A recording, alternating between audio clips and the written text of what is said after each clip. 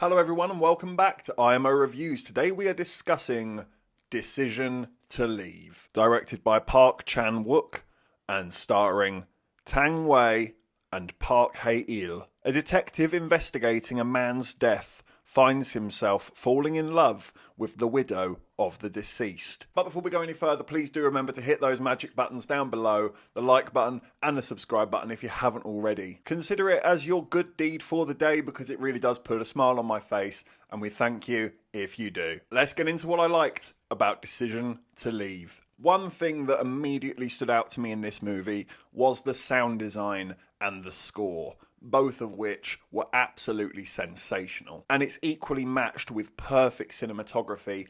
I'm not overstepping the mark when I say this might just be the best made film I've seen all year. And that's coming off the back of Banshees of Inisherin, which absolutely blew my mind with its cinematography. And then this one comes along and says, hold my beer. But what a blessing to have two absolutely stunning movies, not just in the same year, pretty much in the same week. I also really enjoyed the performances. I thought they were exceptionally solid all round, particularly from Tang Wei. She has the most work to do with her character. She also has the most fun with her character as well. I did find the story quite intriguing and very well written. I did buy the characters falling in love with each other. I did enjoy seeing their aspects to their relationships. And the movie does take you along for the ride as well. It does give you breadcrumbs that you can pick up and put together as to see how this might turn out. And I definitely got the impression that this movie had been inspired by other Korean horror movies such as Audition, or potentially even Memories of a Murder. But by no means is this an exact copy, no, it's just very clearly inspired by them. But that being said,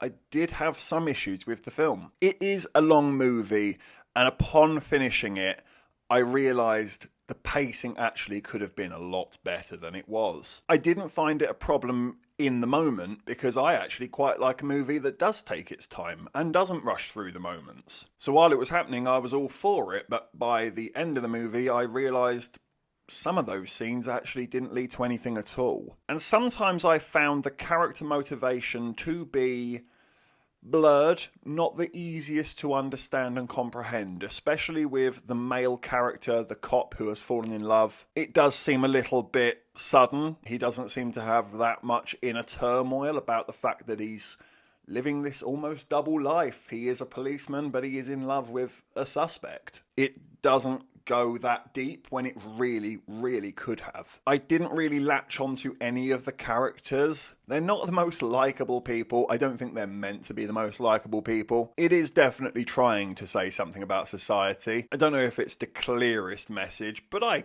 got something from it. But I would have liked to at least cared and wanted someone to succeed or achieve something, because by the ending I wasn't attached and I didn't really care what happened to them. And my biggest issue with the movie is that sadly I found it to be quite predictable. It did go exactly where I thought it was going to go, and I really wanted this film to pull the rug out from underneath me. I wanted it to look like it was going the most obvious way, but actually we're going right over here somewhere. And the movie just doesn't do that. And because it doesn't do that, the more and more I just accepted that I knew how this was all going to come together, and the longer it took in coming together, the more bored I got with it. So I'm going to give Decision to Leave an 8 out of 10. Now, I may have finished on a sour note in the cons, but make no mistake, this is one of the best damn looking movies I've seen in 2022. And the same applies to the soundtrack. I would gladly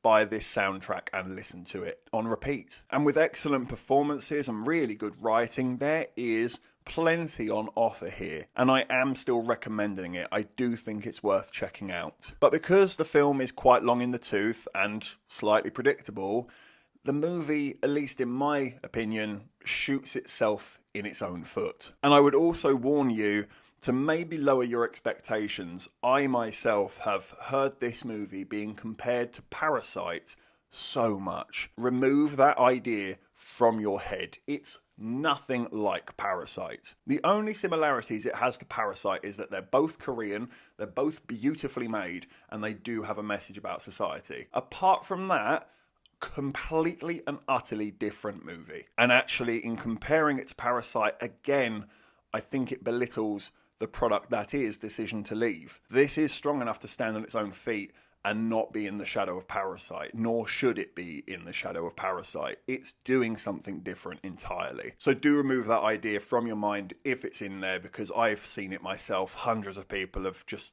lapped on board and gone, Parasite 2.0. And it isn't. But it is still a great movie that's absolutely worth checking out. Thank you for watching this review. Please be sure to hit that like button, hit the subscribe button if you haven't already, and please do hit the comment section as well. Have you seen Decision to Leave? What did you think about it? Let me know in the comment section below. Take care, and I look forward to seeing you on the next review.